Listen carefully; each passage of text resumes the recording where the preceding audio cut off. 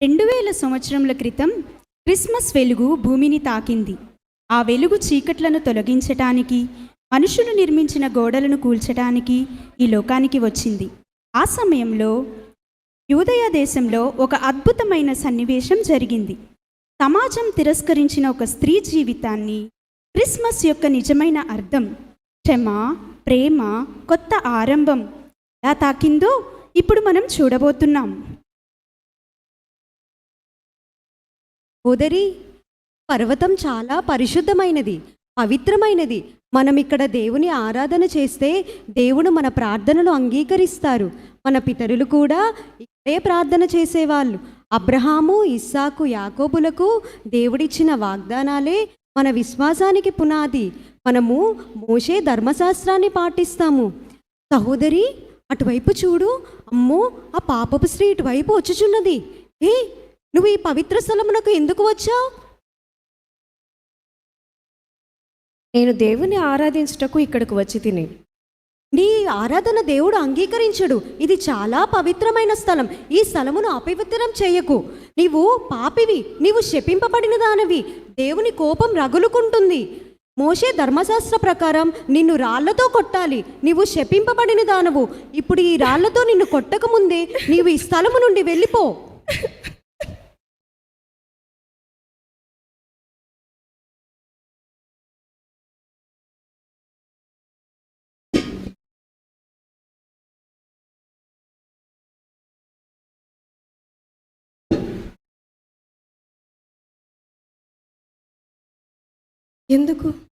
ఎందుకు నా జీవితం ఇలా మారిపోయింది?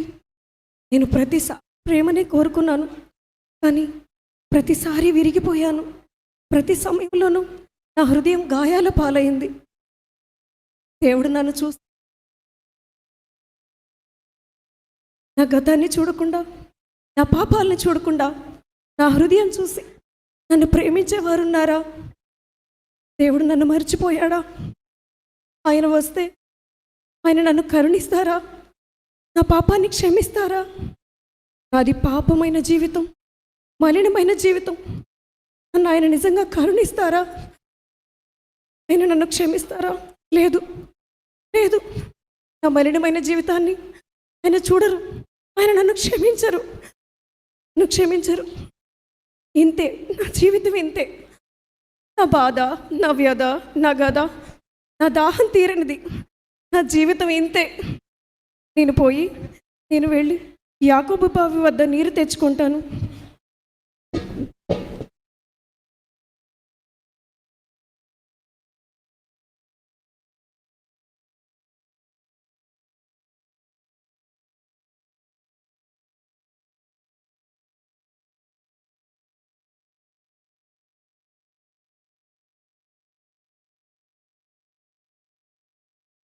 బోధకుడా, ఇప్పటికే చాలా దూరం ప్రయాణించాం.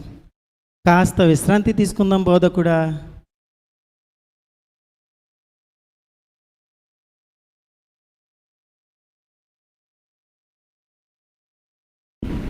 బోధకుడా, ఇది సమరయుల ప్రాంతం. ఏంటి, ఇది సమరయుల ప్రాంతమా? మనం ఇక్కడ ఆగాల బోధకుడా? అంటే సమరయులు అంటరాని వారు అంటారు కదా.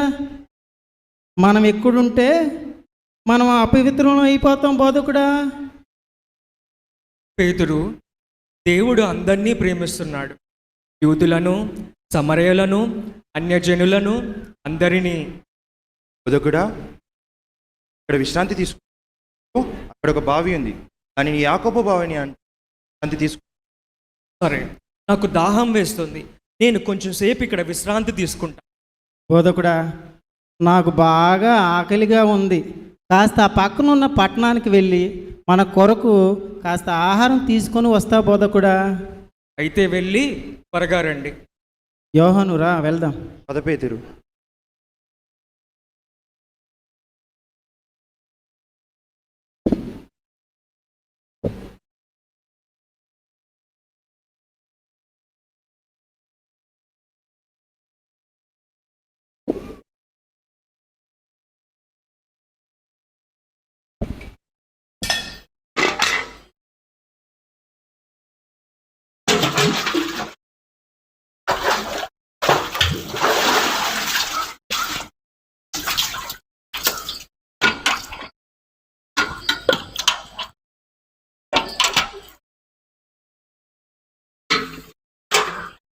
అమ్మా, నాకు కొంచెం నీళ్ళు ఇవ్వగలవా? మీరు నాతో మాట్లాడుచున్నారా? అవునమ్మా, నాకు దాహం వేస్తుంది, కొంచెం నీళ్ళు ఇవ్వమ్మా. యా, మీరు యూదులు, మేము సమరయులము. యూదులు సమరయులతో మాట్లాడరు, మరి వస్తువులను తాకరు. అటులైన తాగు నా చేతి తాగగలరు? అమ్మా, ఈ బావిలో నీళ్లు తాగే ప్రతి ఒక్కరికి ఎప్పుడైనా దాహం వేస్తుంది, కానీ నేను ఇచ్చే జీవజలము తాగువాడు ఎన్నటికీ దప్పిగొనక వారిలో నిత్య జీవానికై ఊరేడి నీటి బుగ్గగా ఉంటాయమ్మా. యా, జీవజలమా? ఈ బావి చాలా లోతైనది. ఈ బావిలోని నీటిని చేదుకొనుటకు నీ వద్ద పాత్ర ఏమీ లేదు. తామును తమ కుమారులను తమ పశువులను నీరు త్రాగి మాకిచ్చిన ఈ బావి మన పితరుడైన యాకోబు కంటే నీవు గొప్పవాడివా? ఈ బావిలో నీళ్లు తాగే ప్రతి ఒక్కరికి ఎప్పుడైనా దాహం వేస్తుంది, కానీ నేను ఇచ్చే నీళ్లు తాగువాడు ఎన్నటికీ దప్పిగొనడమ్మా. అయ్యా, అటులైన ఆ జీవజలం నాకివ్వు. అటులైన ఎడల నేను ప్రతిదినము ఈ బావి వద్దకి రానక్కరలేదు.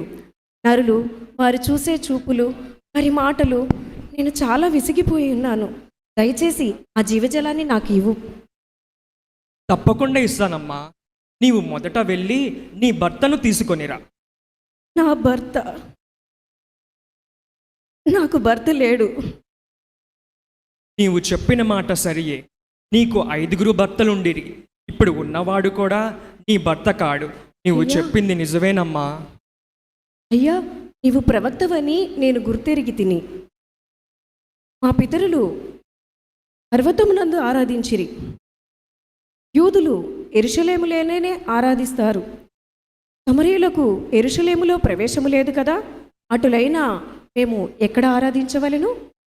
అమ్మా, నా మాటని నమ్ము. ఒక సమయము వస్తుంది, ఇకపై ఈ పర్వతము మీద కానీ యెరూషలేములో కానీ ఆరాధించవలసిన అవసరం లేడు. దేవుడు ఆత్మ, ఆయన్ని ఆరాధించే వాళ్ళు ఆత్మతోనూ సత్యముతోనూ ఆయన ఆరాధించాలి. పర్వతము ముఖ్యము కాదమ్మా, నీ హృదయమే దేవుని ఆలయము. మెస్సయ్య వస్తాడని మా పితరులు చెబుతారు. ఆయన వచ్చినప్పుడు సమస్తమును విశదపరుస్తాడని చెబుతారు. నీతో మాట్లాడుతున్న నేనే ఆయనను, నేనే ఆ మెస్సయ్యను. అయ్యా, నువ్వు నా దగ్గరికి వచ్చావు, నన్ను చూసావు. నాకు చాలా ఆనందంగా ఉంది. నా పాపాన్ని చూడకుండా, నా గతాన్ని చూడకుండా, నా రోత జీవితాన్ని చూడకుండా నాకు సమాధానం ఇచ్చావు, నాతో మాట్లాడావు.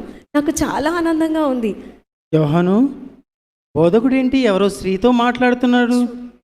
ఆమె బహుశా సమరయ స్త్రీయే కదా?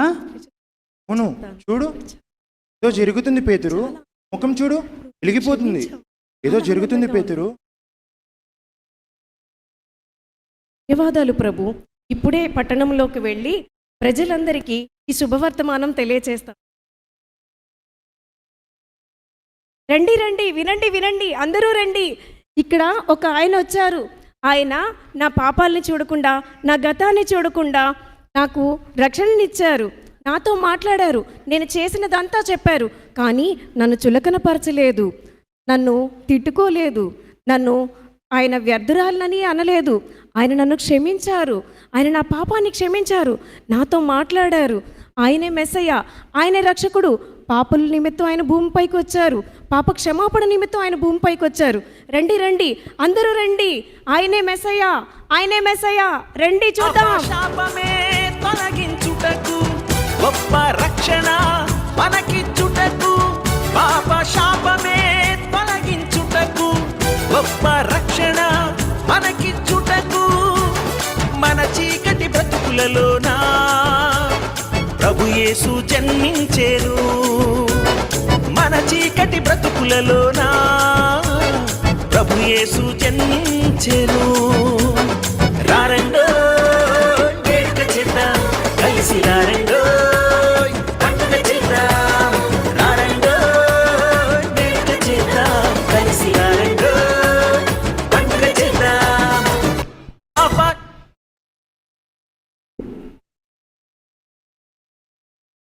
బోధకుడా, మీ కొరకు ఆహారం తీసుకువచ్చాను, కాస్త భుజించండి బోధకుడా.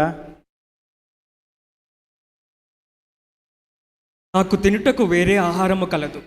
నా తండ్రి చిత్తము చేయుటయే నా నిజమైన ఆహారము. ఇంతకీ ఎవరైనా బోధకునికి తినడానికి ఏమన్నా ఏమో తెచ్చి ఉండొచ్చు. నన్ను పంపిన వాని చిత్తము చేసి ఆయన పని పూర్తి చేయటమే నా నిజమైన ఆహారము. నశించిన వాణ్ణి వెతకి రక్షించుటకును, చెరలోనున్న వాణ్ణి విడిపించుటకును నేను ఈ లోకానికి వచ్చాను.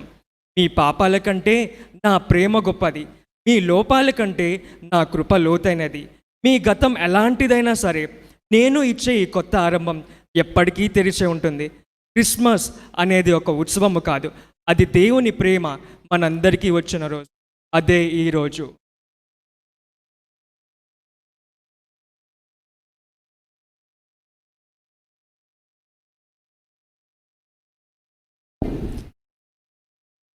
దేవుడు నీతిమంతులను పిలవ ఈ లోకానికి వచ్చి, నేను తప్పు చేశాను, పాపం చేశాను, నా జీవితం నాశనం అయిపోయింది అనుకుంటున్నారా? ఇదే మీకు శుభవార్త, క్రిస్మస్ శుభవార్త. సమరయ స్త్రీ జీవితంలో, పాపశాపంలో ఉన్న సమరయ స్త్రీ జీవితాన్ని బాగు చేసిన దేవుడు మీ జీవితాన్ని కూడా తప్పకుండా బాగు చేస్తారు. సమరయ స్త్రీ జీవితంలో ఉన్న చీకటిని దేవుడు వెలుగుగా మార్చారు. మీ జీవితాల్లో కూడా యేసయ్య వెలుగుగా మారుస్తారు. ఎవరైతే తమ పాపములను ఒప్పుకొని ఆయన ఈ లోకానికి పాపాల నిమిత్తం చనిపోయారు, తిరిగి లేచారు అని విశ్వసిస్తారో వారికే రక్షణ వచ్చింది. అప్పుడే వాళ్ళకి నిజమైన క్రిస్మస్ వాళ్ళ జీవితాల్లో వచ్చినట్టు. Thank you for the opportunity given to us.